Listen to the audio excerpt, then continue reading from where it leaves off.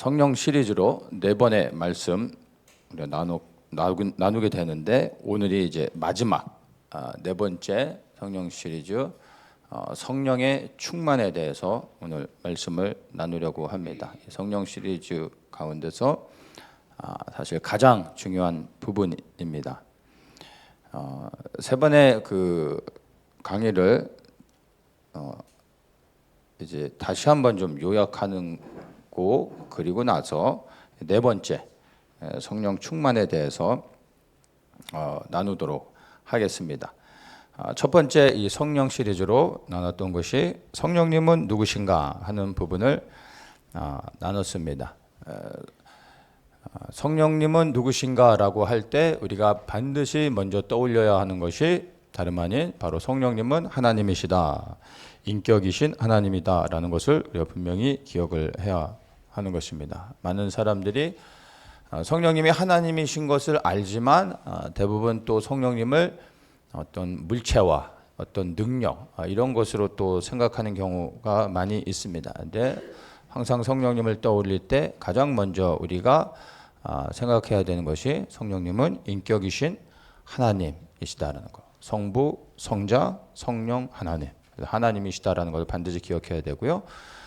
근데 어떤 하나님이냐라고 말할 때 두 번째, 성령님은 영으로 함께 하시는 하나님이십니다. 그래서 영으로 함께 하신다라는 것은 성령께서 예수 그리스도를 믿는 자 안에 임하셔서 우리 안에 함께 하시는 하나님이시다라는 것을 알아야 됩니다. 물론 성령님께서는 하나님과 함께 하시고 예수님과 함께 하십니다. 그리하여 예수 그리스도를 통하여 하나님을 믿는 자 안에 또한 성령님께서 거하시는 하나님이십니다.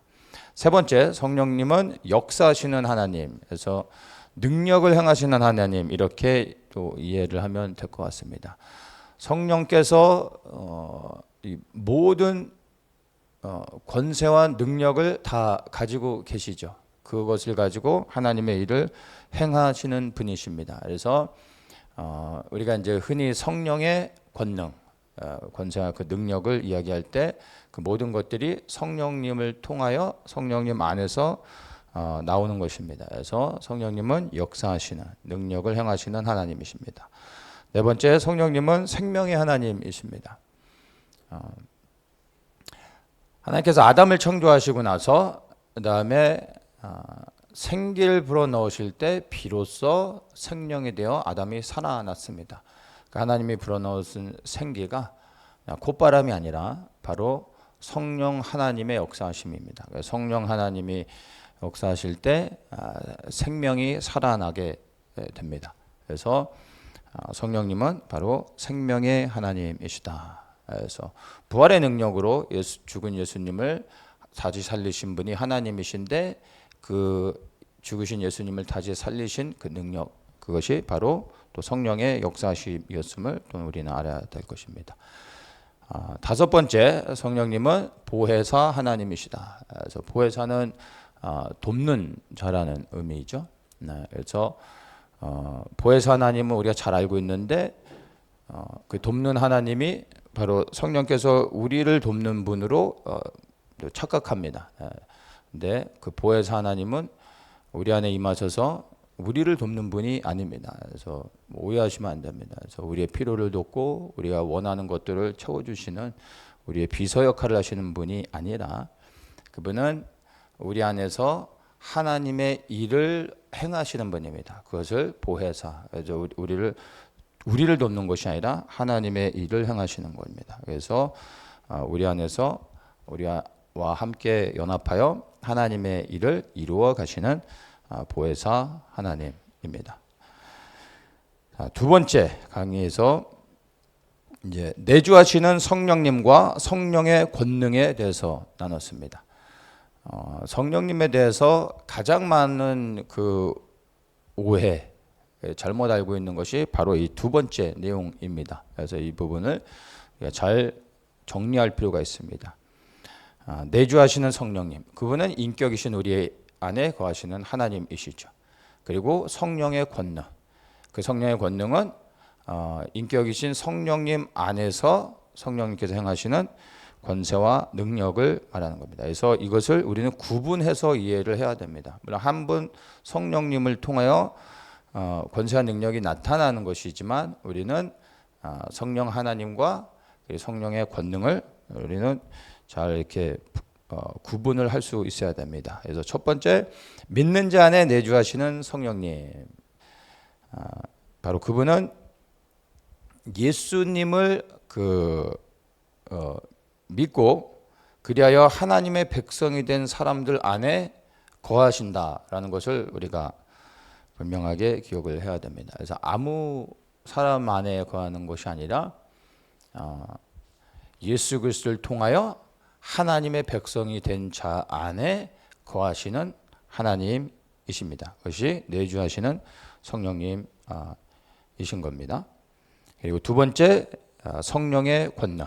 그래서 바로 우리 안에 내주하시는 성령님께서 모든 권세와 능력을 갖고 계신데, 우리 안에 성령님이 이미 계시다라는 것은 이미 그 성령님이 모든 권능을 갖고 계시기 때문에 사실 우리 안에 그 모든 권능이 다 내재되어져 있다고 보시면 됩니다. 그러나 우리 안에 우리가 우리 안에 성령이 계시지만 우리가 모든 성령의 은사들, 권세와 능력들을 다 행하지는 못합니다. 그렇죠? 각 사람의 은사에 따라서 나타나게 하시는 것이 다른 것입니다. 그렇죠? 또한 하나님의 일을 행하심에 있어서 성령께서 가장 필요한 것으로 허락하시고 나타나 하나님의 뜻을 행하게 하시고, 때로는 우리를 위하여 이 성령의 역사를 통하여 우리 각 사람에게 만나주시는 방법이 있습니다. 성령님은 우리 안에 계시지만 우리가 다 성령의 권능을 행할 수 있는 것은 아닙니다. 그래서 이 권세와 능력은 이제 성령님은 이제 선물로 이제 그 은사는 우리에게 선물로 주시는 것이죠. 그래서 각 사람마다 이 권능이 나타나는 것은 다 다른 것입니다. 그래서 능력이 많다고 해서 성령의 능력을 많이 행하고 은사가 많다고 해서 그 사람이 더 영적인 사람이냐, 더 성숙한 사람이냐, 절대 아니다라는 것들도 나눴습니다. 그래서 그것들을 구분해야 됩니다. 그냥 선물은 그냥 주시는 겁니다. 그렇기 때문에 그 사람의 성품과 인격 이런 것과 상관없이 주시는 겁니다. 그래서 혹시라도 은사가 있다고 결국 자랑할 것이 아닙니다. 교만할 이유도 전혀 없다는 것도 우리가 알아야 될 것입니다. 그래서 성령 하나님 그리고 성령의 권능을 우리는 명확하게 구분해야 됩니다. 그래서 이제 지금은 그 정도는 아닌데 예전에 7, 80년대만 해도 성령님을 그냥 그 어떤 능력 정도로만 생각하고 너무나 쉽게 성령님을 여기저기 막 던지기도 하고, 되게 부흥해서 많이 그러죠. 성령 받아라 하면서 성령님을 던져버리죠. 이런 것들은 사실은 성령님에 대해 잘 알지 못해서 일어나는 이제 오해들인 것입니다. 세 번째, 성령께서 우리 안에서 하시는 일에 대해서 우리가 나눴습니다. 이것도 조금 더 얘기하면 우리 안에서 내주하시는 성령님께서 그분의 권능을 가지고 우리 안에서 하나님의 일을 행하시는 그것을 의미하는 것입니다. 그래서 성령님께서 왜 우리 안에 임하시는가, 그리고 임하셔서 무엇을 하시는가, 이거 중요한 내용이겠죠. 그래서 첫 번째, 성령께서는 우리 안에 임하셔서 하나님의 일을 하신다라는 겁니다. 하나님의 일.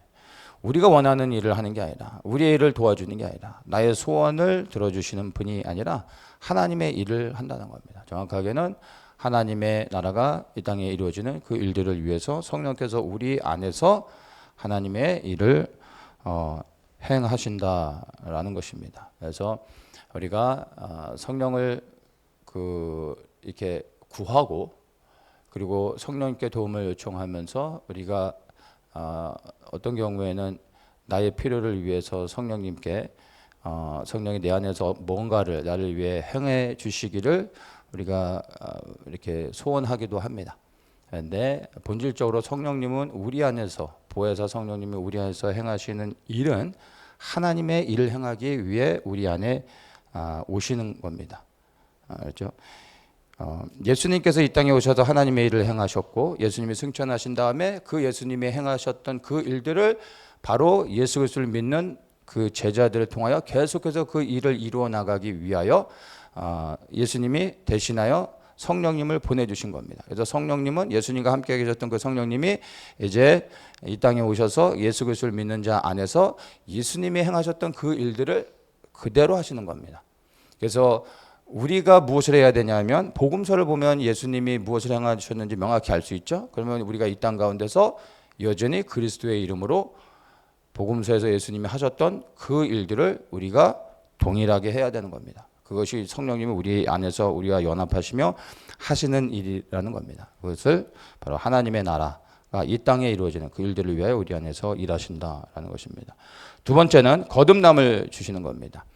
우리가 육적인 거듭남 있죠. 부모를 통하여 이제 이 세상에서 태어나는 건 육적인 것이고 거듭남이라 말하면 이제 하늘에서 태어나는 것, 이제 영으로 영으로 태어나는 거죠. 그 영으로 태어난다는 것은 바로 성령을 통하여 이렇게 다시 하늘로부터 우리가 태어나는 것을 말합니다. 이것은 영의 역사인데 성령님 예수님을 믿을 때 성령의 역사를 통하여 우리가 영적으로 새롭게 변화되어지는 하늘로부터 태어나는 것을 말하는 것입니다. 그래서 이거는 유기할 수 있는 것은 아닙니다. 영적인 일이기 때문에. 그러나 우리가 육으로 이것을 체험하거나 알지 못한다 할지라도 실제 예수님을 믿을 때 우리 안에 영적인 변화가 일어나고 하늘로부터 태어나는 거듭남의 역사가 있음을 우리가 믿을 수 있는 것입니다. 그리고 세 번째, 영생으로 인도하십니다. 성령께서 우리 안에 임하셔서 하시는 첫 번째 일들은 하나님의 일을 행하시며 하나님이 이 땅 가운데 영광을 받으실 수 있도록 우리 안에서 하나님의 일을 행하시며 또한 성령께서 우리의 인도자 되어 주셔서 우리를 영생의 길로 나아가게 하시는 겁니다. 여러분, 영생을 얻기 위해서는 생명의 길을 가야 되는데 그것은 육의 눈으로는 절대 볼 수 없는 것입니다. 우리가 아무리 연구하고 노력하고 부단히 애쓴다 할지라도 우리가 그 생명의 길을 찾을 수도 없을 뿐만 아니라 그 생명의 길을 향하여 끊임없이 나아갈 수 없습니다. 이것은 오직 영을 통하여 되어지는 것인데 그것은 바로 성령이 하시는 일입니다. 그래서 성령께서 생명이시며 또한 성령께서 하나님의 그 깊은 모든 것을 통달하시며 또한 생명의 길이 어딘지를 우리로 하여금 깨닫게 하시고 그리고 그것으로 인도하시는 겁니다. 그래서 우리가 거듭났다 할지라도 예수 그리스도를 믿어 구원함을 얻었다 할지라도 그 성령께서 계속해서 우리 안에 내주하시며 우리를 생명의 길로 인도해 주시는데 언제까지냐? 주님 앞에서 이제 우리가 육신의 그 장막을 벗고 온전한 몸으로 주님 앞에 서는 그 순간까지 성령께서 우리를 끊임없이 이 땅 가운데서 우리의 생명이 쇠하는 날까지 인도하신다는 겁니다. 그래서 우리는 계속해서 성령님을 의지하며 그분이 우리를 인도하실 수 있도록 우리 자신을 내어 주어야 하는 겁니다. 그래서 우리는 구원을 받았지만 구원은 완성되지 않았고 구원의 그 완성을 향하여 여전히 성령을 의지하며 나아가야 하는 것입니다. 그것이 우리 안에서 성령님이 하시는 일 가운데 중요한 부분입니다. 첫째는 하나님의 일을 행하시며 또한 우리 안에서 우리가 영원한 생명을 얻을 수 있도록 우리를 인도해 주시는 것입니다. 네 번째, 모든 것을 가르치신다. 성령께서 모든 것을 가르치십니다. 성경의 저자는 정확하게 얘기하면은 성령님이시죠.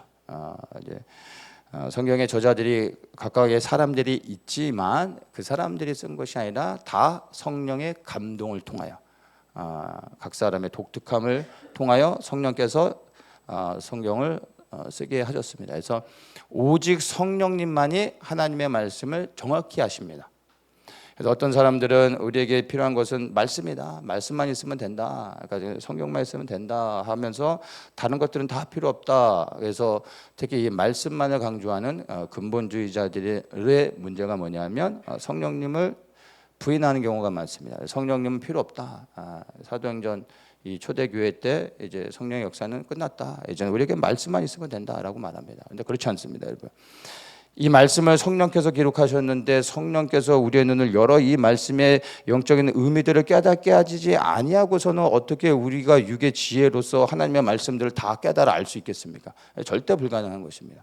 성령께서 이 말씀들을 열어주실 때 비로소 알 수 있는 것입니다. 그래서 우리가 지혜로서 학문으로 어떤 세상의 그 방식으로 결국 하나님의 말씀을 알 수 없습니다. 그래서 정말 우리가 말씀이 얼마나 중요한지를 안다면 더욱더 성령님을 의지하여 성령을 통하여 말씀을 해석하고 깨달아 알 수 있어야 되는 것입니다. 그래서 오직 말씀이면 된다가 아니라 말씀이 그만큼 중요함을 안다면 더욱더 성령을 의지하며 기도해야 됩니다. 그 기도를 통하여 우리가 더욱더 성령 안에서 충만해지고 그리고 그 성령께서 우리의 눈을 열어 영의 눈을 열어 하나님의 말씀을 볼 수 있도록 해야 되는 것입니다. 그리고 성경에 모든 것이 다 기록되어 있지는 않습니다. 우리에게 가장 필요한 생명을 얻는 길, 하나님의 뜻을 알고 하나님의 뜻을 행할 수 있는 이제 우리에게 필요한 것들은 기록이 되어 있지만 성경이 세상의 모든 것들에 대해서 우리에게 가르쳐주고 있지 않죠. 그래서 성경만 보는 것은 부족합니다. 근데 성령께서 우리 안에 임하셔서 무엇을 하십니까? 성령님은 모든 것을 하십니다. 세상의 모든 지식 위에 뛰어나신 분입니다. 그래서 우리가 성령님을 의지할 때 성경에 기록되어져 있지 않은 것들을 우리에게 깨닫게 하시고 말씀하시며 우리를 인도해 주시는 것입니다. 성경에서 모든 것을 다 말해줄 수 없잖아요. 그래서 우리가 성경을 베이스로 하되 그리고 성령께서 우리 안에서 말씀하시고 깨닫게 하시고 눈을 열어주시며 더욱더 우리의 영적인 그 시각들을 확장시키시며 우리로 하여금 하나님의 뜻을 알고 나아갈 수 있도록 성령을 더욱더 의지해야 됩니다. 그리고 그 성령 하나님이 내게 말씀하시고 깨닫게 하시는 것들을 우리가 분별해야 되겠죠. 그게 정말 성령의 역사인지 아니면 나를 미혹해 하는 것인지를 알기 위해서 그때 우리가 검증할 때 사용하는 것이 바로 말씀입니다. 그래서 성령의 이제 인도하심과 또 깨닫게 하시는 것들을 말씀을 통해서는 우리가 그것들을 다 분별할 수 있습니다. 그래서 말씀과 기도와 성령의 인도하심 이 모든 것들이 하나로 연결되어 가는 것입니다. 그래서 말씀만을 너무 강요하거나 말씀에 대해서 너무나 치우치면서 강조하는 것은 위험한 것입니다. 그래서 말씀과 기도 이게 함께 가야 되는 거고 말씀과 기도가 함께 간다라는 것은요 그 안에 성령께서 계속해서 역사하시는 것입니다. 말씀을 열어주시고 또 기도를 통하여 성령께서 우리 안에 충만함으로 역사하시면서 그 말씀과 기도가 밸런스를 맞출 수 있도록 그 안에서 성령이 이제 우리를 깨닫게 하시는 것입니다. 그래서 성령께서 우리 안에서 이 모든 것들을 행하실 수 있도록 하기 위해 우리는요 성령에 민감해야 됩니다. 그래서 정말 영적인 사람은 뭐 대단한 걸 보고 뭐 듣고 뭐 이렇게 말하는 사람이 아니라 영적인 사람은 내 안에 계신 성령님께 민감하게 반응할 수 있는 사람입니다. 세밀한 성령님의 마음 안에 근심하시는 것들, 말씀하시는 것들, 그것들을 깨닫는 겁니다. 그리고 성령께 순종하는 사람입니다. 이런 사람이 영적인 사람인 것입니다. 남이 못 보는 걸 보는 게, 남이 모르는 걸 말하는 게 영적인 것이 아니라 성령님에 민감해야 됩니다. 그래서 정말 영적인 사람은 성령을 근심케 하지 않습니다. 그리고 정말 영적인 사람은 그래서 여기저기 기웃거리고 다른 사람을 보고 판단하고 말하는 것이 아니라 내가 정말 바로 서 있는가 두려워하며 말씀 앞에 내 자신을 바르게 세우고 순종하고 분별하고 악을 버리고 항상 기뻐하고 쉬지 않고 기도하고 범사에 감사하는 자인 것입니다. 왜요? 매 순간 성령의 인도하심을 그리고 성령의 충만함 안에서 나아가야 하나님의 일을 할 수 있고 그 거듭남의 생명을 가지고 영생길을 향하여 끊임없이 가게 되고 주께서 내게 깨닫게 하시고 보게 하시고 또한 내게 열어주시는 길들을 믿음으로 계속해서 나아갈 수 있기 때문에 정말 내 안에 성령께서 정말 기뻐하시며 그리고 내 안에 충만해져서 나를 인도하실 수 있도록 항상 성령님께 민감하게 반응하는 사람인 것입니다. 이렇게 우리가 세 번에 걸쳐서 성령님에 대해서 나눴습니다. 오늘 마지막 성령 시리즈 네 번째 성령의 충만에 대해서 나누겠습니다. 이 성령의 충만을 이야기하기 위해서 이제 우리가 세 번의 강의로 달려왔습니다. 성령의 충만을 이제 정의를 내린다면 보통 우리가 흔히 성령 충만하면은 뭐라고 보통 사람들이 생각하냐면 성령 충만하면 능력 충만 이렇게 일반적으로 반응하는 경우가 많습니다. 성령 충만을 권세와 능력 이런 것에 충만 이렇게 이제 생각하는 경우가 많은데 그래서는 안 됩니다.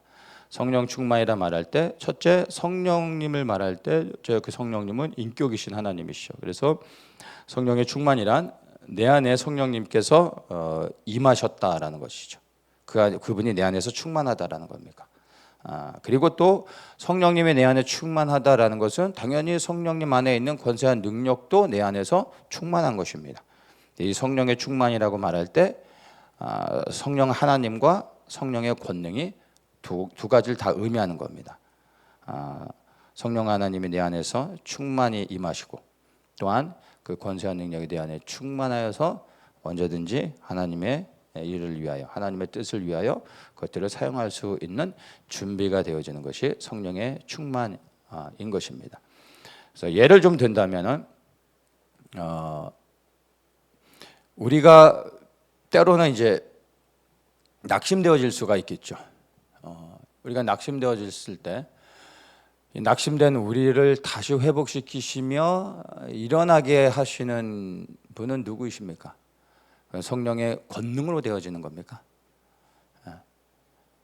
인격이신 성령님이 우리 안에 임하셔서 우리의 위로자가 되어 우리를 회복시키실 때 낙심됐던 우리의 마음이 회복되어 우리가 다시 일어나 주님을 섬길 수 있는 것입니다. 그때 역사하시는 분은 누구이십니까?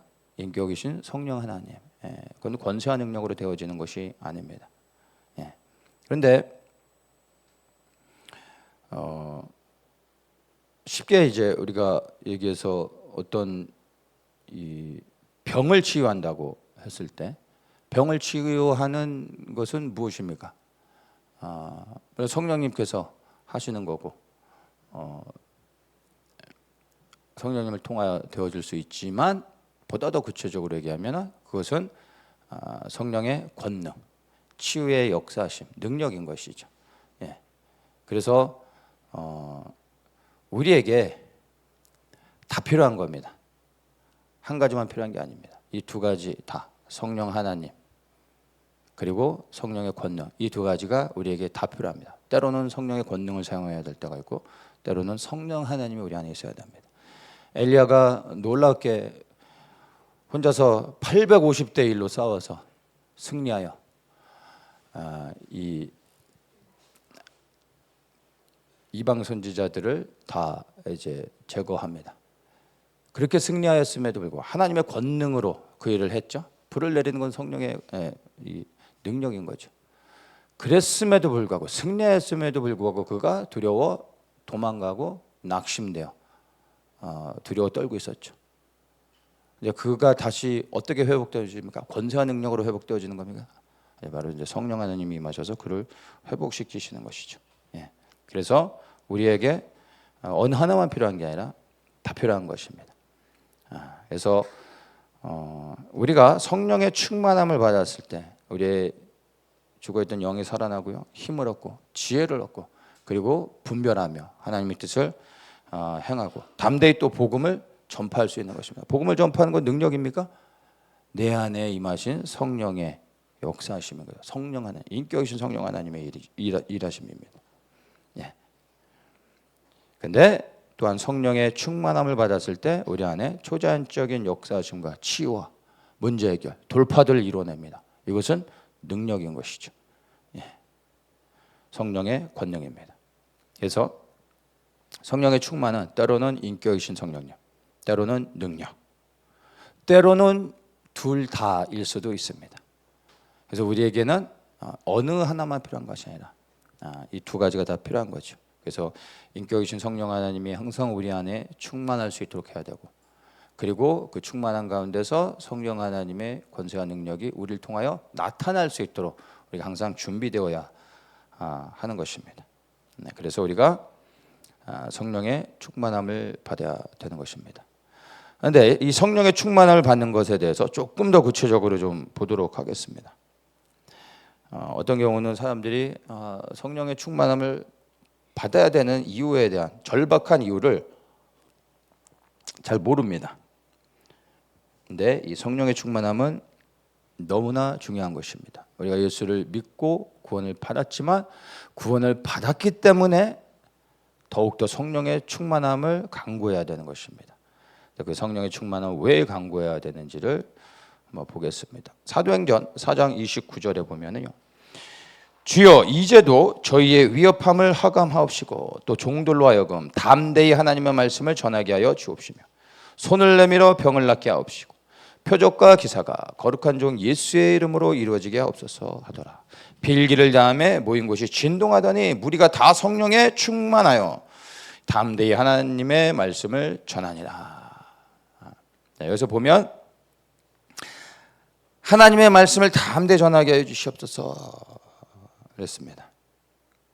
그랬더니 이제 성령이 충만함이 임하였습니다. 그리고 그들이 나가 그 성령의 충만함에서 하나님의 말씀을 전하였다라고 말합니다. 이때 하나님의 말씀을 전하게, 담대히 전하게 하신 분은 누구죠? 성령 하나님이 하시는 일입니다. 성령 하나님이 임하셔서 담대히 그리스도의 복음을 전파하게 하셨습니다. 근데 여기 또 이 제자들이 기도했던 게 표적과 기사가 거룩한 종 예수의 이름으로 이루어지게 하시옵소서 이렇게 말합니다. 그럼 여기서 나타나는 표적과 기사는 무엇입니까? 바로 성령의 권능인 것입니다. 그런데 복음을 전하게 해주십시오. 그리고 표적과 기사가 나타나 하나님의 뜻을 행하며 하나님께 영광을 돌리게 해주십시오. 이렇게 간구했던 사람들이 누구입니까? 바로 사도들 그리고 예수 그리스도를 따르던 제자들이었던 것입니다. 이걸 한마디로 이제 믿는 사람들이라고 말할 수가 있겠죠. 바로 이들이 성령의 충만함을 받았을 때 비로소 담대히 하나님 나라의 복음을 전파하며 표적과 기사를 통해서 예수가 그리스도 되심을 증거하고 그리고 하나님의 뜻을 행하였다라는 것을 알 수 있습니다. 자, 여기서 우리가 이제 중요한 것들을 보아야 합니다. 자, 사도들이 함께 모여 간절히 구했던 것은 성령의 충만이 아니었습니다. 무엇을 구했습니까? 복음을 담대히 하나님의 말씀을 전하게 해주십시오. 이것을 구했습니다. 그리고 표적과 기사가 나타나게 해주십시오. 이 표적과 기사를 구했던 것은 하나님 내가 짱풍 한번 쏴서 사람을 막 넘어지게 해주셔서 제가 좀 유명해지게 해주십시오. 이런 의도로 구한 게 아니라 이 표적과 기사가 예수의 이름으로 이루어짐으로 인하여 예수님이 우리가 전하는 그 그리스도께서 하나님이심을 알게 하여 주십시오. 그들이 구했던 표적과 기사는 무엇입니까? 하나님의 뜻을 위하여 하나님의 나라가 이 땅에 이루어지며 하나님의 영광을 받기를 소망하며 표적과 기사를 구했다라는 것입니다. 그랬더니 성령의 충만함을 받게 된 것입니다. 이들은 성령의 충만함을 구하지 않았습니다. 다시 이야기합니다. 하나님의 말씀을 전하게 해주십시오. 표적과 기사를 통하여 하나님의 뜻을 행하게 해주십시오. 예수가 그리스도를 증거하게 하십시오. 이렇게 기도했더니 성령의 충만함을 주셨다는 겁니다. 그러면 우리는 이것을 통하여 성령의 충만함을 주시는 하나님의 뜻이 무엇인지를 알 수 있는 겁니다. 이해되십니까? 왜 우리에게 성령의 충만함을 주십니까? 담대히 복음을 증거하고 표적과 기사를 통하여 예수가 하나님이심을 그리스도임을 그래야 이 땅에 하나님의 뜻이 이루어질 수 있도록 하기 위해 성령의 충만함을 주신다는 겁니다.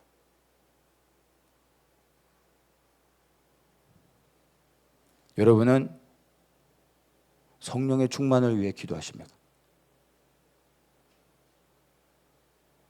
하나님의 복음을 담대히 전하게 해주십시오. 이런 기도는 잘 안 하지 않습니까? 표적과 기사가 나타나게 해주십시오. 이런 기도는 안 하시죠. 그런데 성령의 충만을 위해서는 기도하지 않습니까? 여러분이 성령의 충만을 위하여 간구할 때 여러분이 받기를 원하는 그 성령의 충만은 무엇을 상상하며 성령의 충만을 구하셨습니까?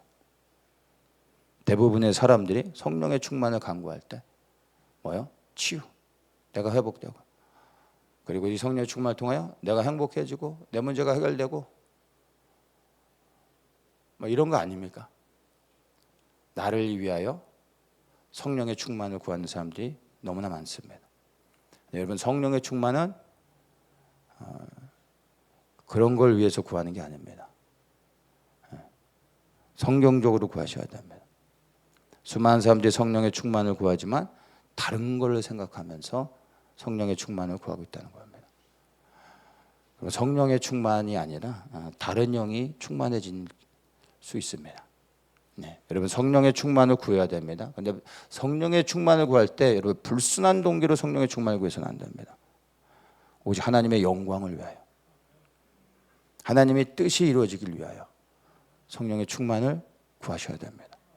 그리고 정말 주님을 기쁘시게 하며 주님께 순종하며 주님을 위해 살고자 하는 사람들은 간절하게 성령의 충만함을 구합니다.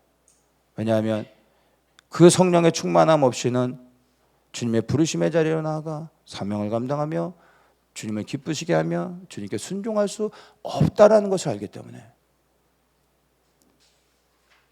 사명을 감당하는 자일수록 성령의 충만함을 구하게 되는 것입니다.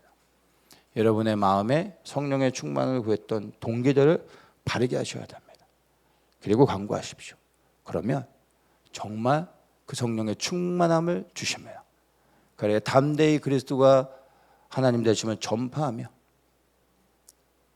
우리 안에 표적과 기사가 나타나 예수가 그리스도 되심을 세상 가운데 증거하며 하나님께 영광 돌릴 수 있는 삶을 살아갈 수 있게 되는 것입니다. 이름에도 불구하고 어떤 사람들은 우리 안에 이미 성령님이 계신데 왜 우리가 성령의 충만함을 또 구해야 되냐? 이미 우리 안에 임하셨다. 그리고 이미 우리 안에 충만해지셨다라고 생각하는 사람들, 그렇게 말하는 사람들도 있습니다. 예. 이 부분을 잘 이해하셔야 됩니다. 여러분, 예수 그리스도를 믿는 자 안에 이미 성령께서 내주하십니다. 예수 그리스도를 믿는 모든 자 안에 성령이 임하십니다. 이것을 내가 느끼지 못할 수 있지만 그것은 우리의 어떤 느낌과 상관이 없습니다. 내가 깨닫지 못할 수도 있습니다. 우리가 예수 그리스도를 믿으면 믿는 자 안에 성령은 임하십니다. 여기 우리 안에 성령이 내주하시지 않은 사람은 아무도 없습니다. 성령님이 각 사람 마음 가운데 이미 내주하고 계시지 않으면 여기에 지금 이 저녁 시간에 와서 앉아 있을 사람은 없습니다. 모든 사람 안에, 지금 이 자리에 모든 사람 안에, 예수 그리스도를 믿는 모든 사람 안에 성령님은 이미 내주하고 계십니다. 그런데 우리는 그럼에도 불구하고 성령의 충만을 구해야 됩니다. 성령님이 우리 안에 내주하시는 것과 그 성령님이 우리 안에 충만하신 것은 완전히 다른 것입니다. 그것을 이해하셔야 됩니다. 예를 들어 이제 에스겔 47장으로 좀 설명을 하면 하나님의 영광이 이제 성전 안에 들어가 이제 하나님의 영광이 충만해지면서 성전 문지방에서부터 물이 나오죠. 물이 흘러내립니다. 그 물이 채워지면서 처음에 이제 발목을 채우죠. 좀 지났더니 이제 물 채웁니다. 좀 더 지났더니 이제 허리를 채우죠. 그 다음에 건널 수 없는 강이 되었다라고 말합니다. 우리가 예수님을 믿기 때문에 믿는 모든 사람 안에 성령님이 내주하고 계시지만 각 사람 안에 성령의 충만하심은 다 다릅니다. 여러분, 성령님이 우리 안에 발목까지 채워지는 그런 상황이라면 여러분, 성령님이 우리 안에 계시지만 우리는 우리가 원하는 모든 것을 우리가 마음대로 할 수 있습니다. 성령님이 우리의 무릎 정도까지 채워주셨다고 하면 내가 가고 싶은 길을 가는데 조금은 불편하긴 하겠지만 그래도 내가 원하는 길을 갈 수 있습니다. 허리까지 채워지면 많이 힘들지만 그래도 일을 쓰고 내가 원하는 길을, 내가 하고 싶은 일들을 내 마음대로 어쨌든 내가 가고자 하는 방향으로 갈 수 있습니다. 그런데 건널 수 없는 강에 되어 성령이 내 안에 충만해지시면 어떻게 됩니까? 그래도 수용해서 가겠다고 하는 사람들이 있죠. 이 성령이 우리 안에 쓰나미와 같이 역사하시면 여러분 수용해서 해결될 일이 아닌 거죠. 모든 사람 안에, 믿는 모든 사람들 안에 성령님이 계시지만 여러분 우리가 성령의 충만함, 그 충만함이라는 건 말 그대로 건널 수 없는 강에 되어 우리를 완전히 채워버리는 겁니다. 그래서 채워지는 순간 어떻게 해야 됩니까? 우리의 발이 지면에서 떨어지는 겁니다. 내가 가고 싶은 길을 가는 것이 아니라 이제는 성령의 인도하심을 따라 강권하시는 은혜에 그냥 내가 흘러가는 것이죠. 이런 삶이 사실은 복된 것입니다. 네. 발일이 땅에 닿는 순간, 성령의 충만함이 줄어드는 순간 우리는 어떻게 해서든지 내가 가고자 하는 방향을 향하여 다시 가게 되는 겁니다. 이게 우리 안에 있는 유교 본성이죠. 그래서 우리가 성령의 충만함을 받아야 합니다. 그러면 그분이 우리를 인도하시고 우리는 순종하여 가게 되는 것입니다. 어딜 갑니까? 나의 길이 아닌 주님이 명하신 그 길을 가게 되는 것입니다. 성령이 내주하셨다고 해서 그 성령님이 우리 안에 충만한 건 아닙니다. 충만해지도록 해야 되는 겁니다. 이 충만함의 과정이 이제 바로 우리의 영적인 성숙의 과정이 되겠죠. 이 과정이 있어야 됩니다. 그냥 믿는다고, 시간이 지났다고, 신앙의 연륜이 쌓인다고, 교회를 오래 다녔다고, 기도를 오래 했다고, 말씀을 많이 봤다고, 교회에서 봉사를 많이 했다고, 성령과의 인격적인 관계가 깊어지며 성령의 충만함을 받는 것은 아닌 겁니다. 성령의 충만함을 무조건 기도한다고 되어지는 것은 아니겠지만 우리가 계속해서 성령님께 민감하며 내 자신을 내려놓고 또한 성령님께 순종하고자 하는 부단한 나의 결단도 있어야 할 것입니다. 근데 오늘 제가 말하고자 하는 것은 이 성령의 충만함을 위해, 이 중에 우리 중에 성령이 함께하지 않은 사람은 없지만 우리 중에 어느 누구도 성령의 충만함 안에서 감히 살아가고 있다라고 말할 수 있는 사람은 없다는 겁니다. 혹 오늘 우리가 성령의 충만함 안에서 살아갔다 할지라도 내일 그 충만함이 여전히 지속되어지는 것은 아니라는 겁니다. 완전히 그 성령의 충만함이 다음 날에는 발목을 채우는 상황으로 바뀌어질 수도 있는 것입니다. 그래서 우리는 늘 성령께서 우리 안에 충만하여 각 사람을 인도하실 수 있도록, 그래야 나는 성령의 인도하신 가운데 순종할 수 있도록 끊임없이 기도해야 하고 그렇게 간구해야 되는 것입니다. 그리고 이렇게 간구한 자에게 성령의 충만함을 주시는 겁니다. 그래서 지식으로 깨달을 수 있는 건 아니고요. 이거는 영의 일이기 때문에 정말 율법적인 사람들은 이 율법의 의가 강해질수록 자기 스스로 하려고 합니다. 그리고 잘하고 있는 자기를 발견하며 만족해하며 여전히 자기가 하려고 합니다. 근데 이것을 정말 성령의 은혜 가운데 깨닫는 사람, 그래야 나로서는 절대로 내가 예수님을 사랑하지만 예수님을 따라 순종할 수 없다라는 것을 일찌감치 아는 사람에겐 이게 참 은혜인 겁니다. 처음부터 이를 악물고 내가 하려고 노력하지 않습니다. 주님을 의지하는 겁니다. 그런 사람들은 성령의 충만을 위해 기도합니다. 왜냐하면 내가 주님을 따라가야 되는데, 주님께 순종하며 주님을 기쁘시게 해야 되는데 나로서는 할 수 없다는 것을 알기 때문에 주님을 의지하며 성령의 충만함을 구하는 겁니다. 이러한 사람들이 성령의 충만함을 구할 때 어떤 마음으로 기도하겠습니까? 성령의 충만함을 구할 때 성령이 충만해 주셔서 내가 돈을 많이 벌 수 있는 지혜를 주시겠지. 성령의 충만함을 주셔서 내 몸이 연약함들이 회복돼서 무병장수하겠지. 이런 걸 구하겠습니까?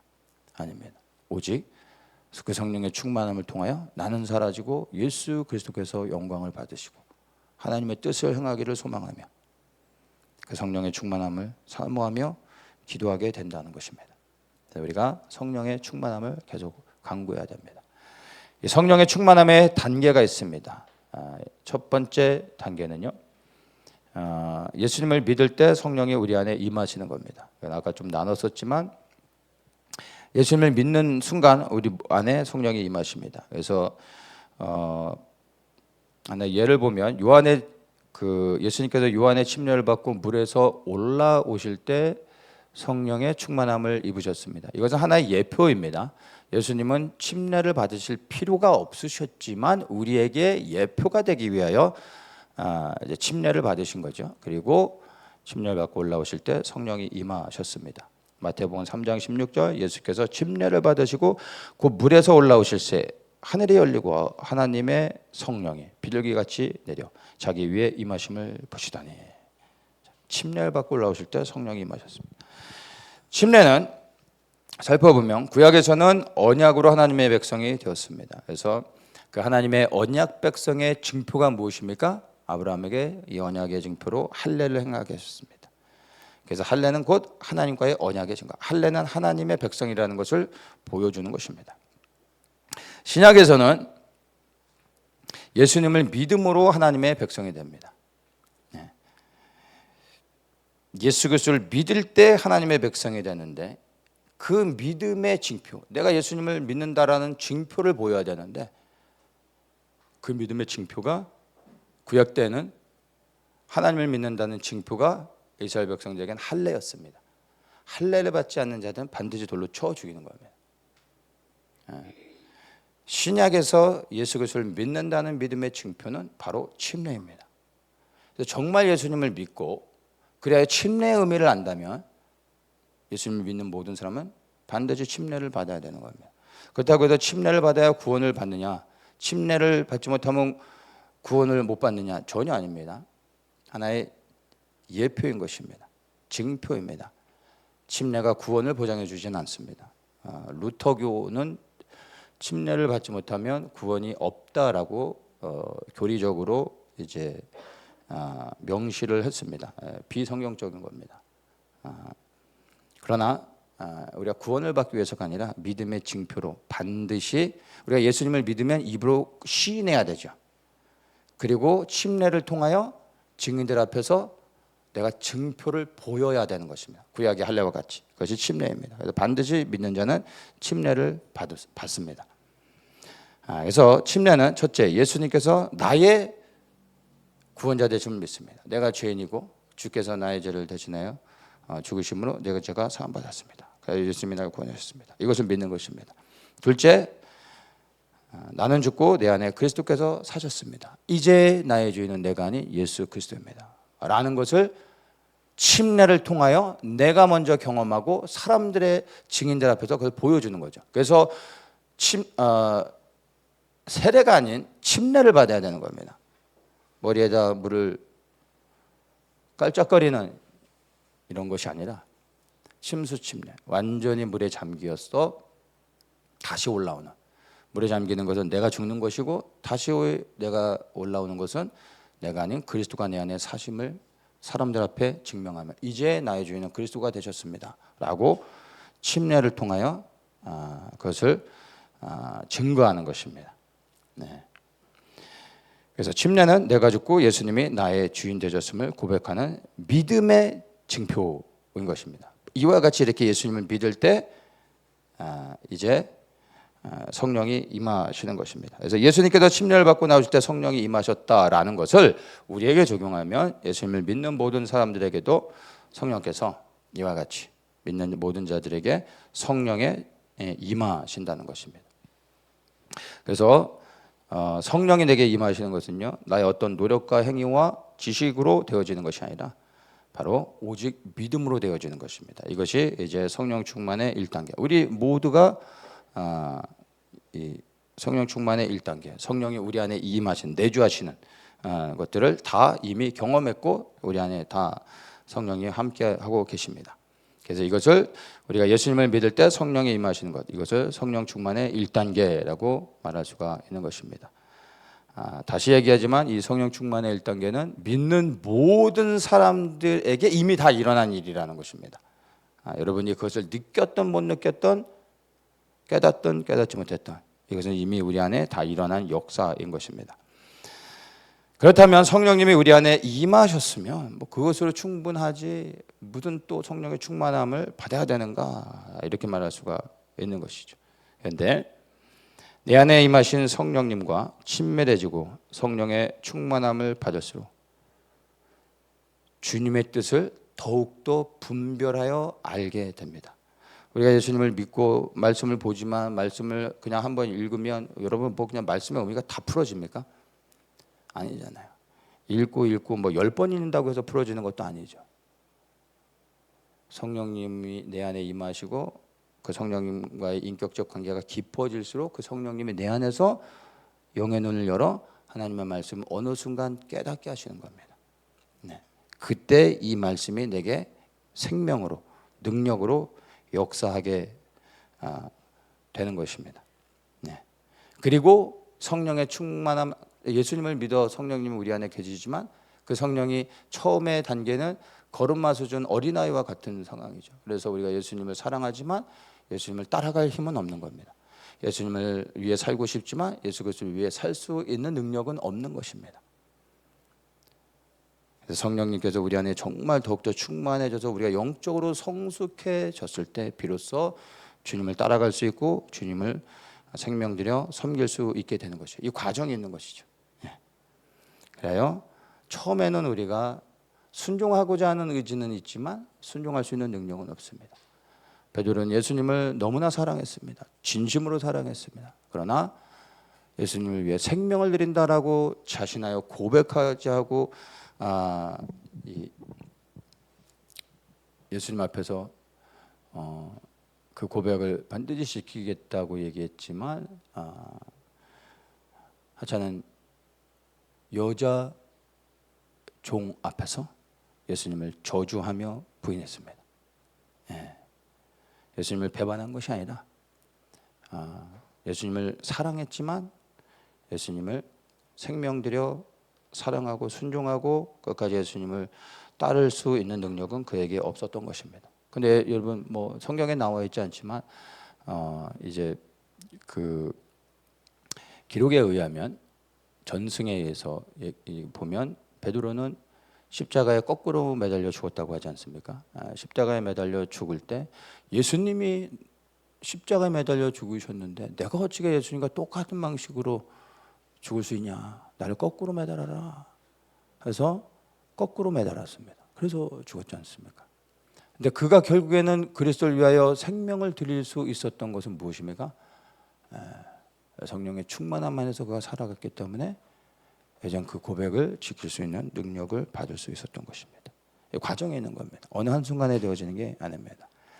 그래서 예수님을 더욱더 알아가며 내 안에 계신 성령님과 친밀해지고 성령님 안에 계속해서 그 교제 안에서 깊어질수록 주님의 뜻을 알고 분별하고 순종하고 또 주님을 섬기는 그 과정 가운데 결국엔 주님의 뜻을 행하다 그리고 생명을 들여 주님을 사랑하는 것을 증명할 수 있게 되는 것입니다. 그래서 계속해서 성령의 충만함을 반드시 받아야 하는 것입니다. 이 성령 충만의 2단계.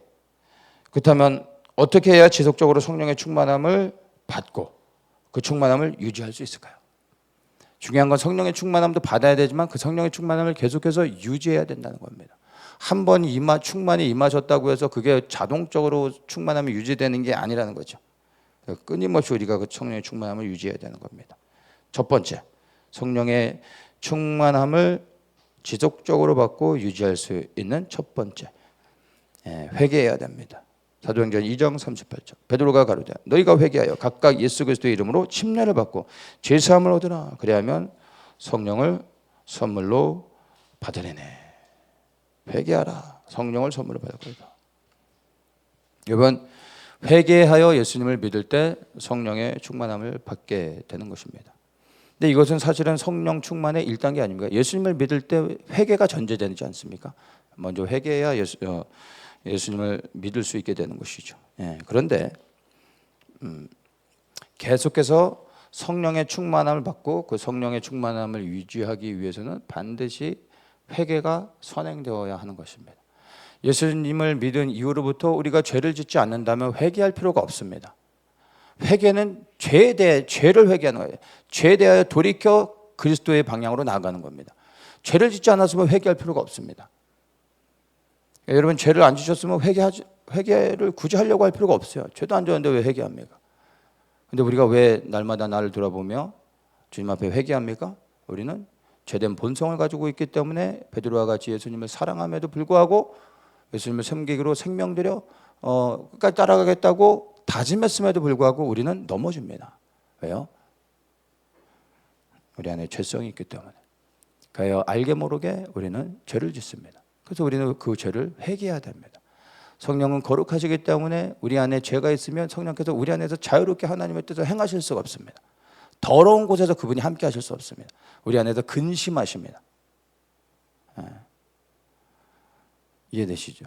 그래서 우리가 늘 나를 정결케 해야 됩니다. 영적인 정결함은 무엇을 위해서요? 내 안에 성령님께서 내 안에 충만히 역사하시며 하나님의 뜻을 행하실 수 있도록 하기 위해 내가 거룩과 정결한 가운데 늘 준비되어 있어야 됩니다. 그 첫 번째가 바로 회개라는 것입니다.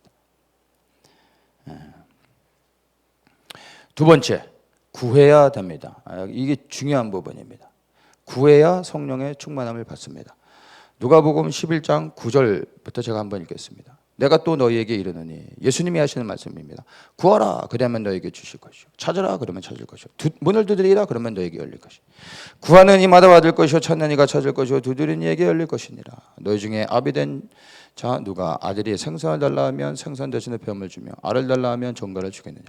너희가 악할지라도 좋은 것을 자식에게 줄 줄 알거든. 하물며 너희 천부께서 하나님께서 구하는 자에게 성령을 주시지 않겠느냐 하시니라. 이 구하라 찾으라 두드리라 이 말씀은 다른 복음서에도 있습니다. 근데 다른 복음서에서는 뭐라고 말합니까? 구하는 자에게 좋은 것을 주시지 않겠느냐 이렇게 말합니다. 근데 누가복음에서는 너무나 감사하게 구하는 자에게 무엇을 주시는지에 대한 명확하게 설명해 주고 있습니다. 이것을 예수님께서 이 누가복음을 통해서 이것을 명확하게 설명해 주지 않았으면 우리는 우리가 원하는 머릿속에 수많은 것들을 상상하면서 구하라 찾아 두드리라 그러면 우리에게 주시고 찾게 될 것이고 열려지게 될 것이다 하면서 우리는 무엇을 구하겠습니까? 우리가 원하는 것들, 하나님 내게 성공을 주십시오, 번영을 주십시오, 행복을 주십시오, 수많은 잡다한 것을 구할 거 아닙니까? 말씀대로 구했는데 왜 안 주십니까? 라고 할 거 아닙니까? 근데 구하라 찾으라 두드리라 하면서 우리에게 정말로 구하라 하시면서 우리에게 주님께서 정말 주기 원하신 건 단 하나입니다. 다른 게 아닙니다. 뭐요? 성령이라는 겁니다. 성령의 충만. 왜 예수님께서 우리에게 성령의 충만을 주기를 원하실까요? 성령의 충만함 없이 주님의 제자가 되어 주님의 길을 따라갈 수 없기 때문에 우리에게 성령의 충만함을 주기 원하셨던 겁니다. 여러분 구하고 찾고 두드리십시오. 반드시 이 말씀대로 이루어 주십니다. 그런데 우리가 무엇을 구해야 됩니까? 성령의 충만함. 여러분 그렇게 구했는데도 받지 못한 것은 헛된 것을 구했기 때문에 받지 못하는 겁니다. 하나님의 뜻과 상관없는 것들을 구했기 때문에 못 받은 겁니다. 성령의 충만함을 사모하며 간구하십시오. 이건 약속하신 것이고 구하라 그럼 내가 줄 거다라고 약속하죠. 반드시 주십니다. 아직까지도 성령의 충만함을 받지 못하셨다면 여러분의 마음의 동기를 바르게 하고 성령의 충만함을 구하시기를 축복합니다. 말씀을 마치겠습니다. 여러분 성령의 충만에 대해서 우리가 나눴습니다. 여러 가지 계속 더 나눌 수도 있겠지만 이것을 기억하기 원합니다. 이 성령의 충만이 무엇을 의미하는지 그리고 왜 우리가 성령의 충만함을 구해야 되는지를 나눴습니다. 여러분 이제 정말 여기 있는 우리 모두가 성령의 충만함을 받기를 원합니다. 왜 내가 성령의 충만함을 받아야 되는 바른 동기를 가지십시오. 이 동기가 여러분 안에 세워지지 않으면 아직 여러분 성령의 충만이란 단어를 입에 올리지 마십시오. 내 삶이 먼저 하나님 앞에 헌신되어지고 그래 주의 영광을 위해 살고자 하는 여러분의 마음이 결단되어지지 않았다면 성령의 충만을 입에 올리지 마십시오. 여러분이 정말 그리스도를 위해 살고자 하는 마음이 결단되어졌다면 이제 믿음으로 담대히 구하십시오. 의심하지 마십시오. 성령의 충만을 구할 때 그분이 우리 안에 임하시며 그리스도의 복음을 담대히 증거하게 하실 뿐만 아니라 표적과 기사를 통하여 예수가 그리스도됨을 우리를 통하여 증거하시며 그분이 영광을 받으실 것입니다. 성령의 충만을 구하시고 하나님의 영광을 위해 살아가는 사랑하는 우리 모든 성도님 되시길 축복합니다. 좋으신 하나님 감사합니다. 우리가 성령에 대하여 4번에 걸쳐 말씀을 나눴습니다. 주님 각 사람 안에 성령님께서 임하여 주시고 깨닫게 하시는 은혜를 더하여 주셔서 이제 성령님에 대하여 바르게 할 뿐만 아니라 이제 우리가 성령의 충만함을 사모하며 그리고 이제 그 성령의 충만함을 위하여 간구할 수 있는 저희들 되게 하여 주시옵소서. 오늘 우리 한 사람 한 사람이 정말 성령의 충만함을 받아 하나님을 대적하며 하나님을 조롱하는 세상 가운데서 담대히 더욱 그리스도의 복음을 전파하며 하나님의 뜻을 두려움 없이 행하는 하나님의 사람들 되게 하여 주시옵소서. 감사하며 예수님의 이름으로 기도합니다. 아멘.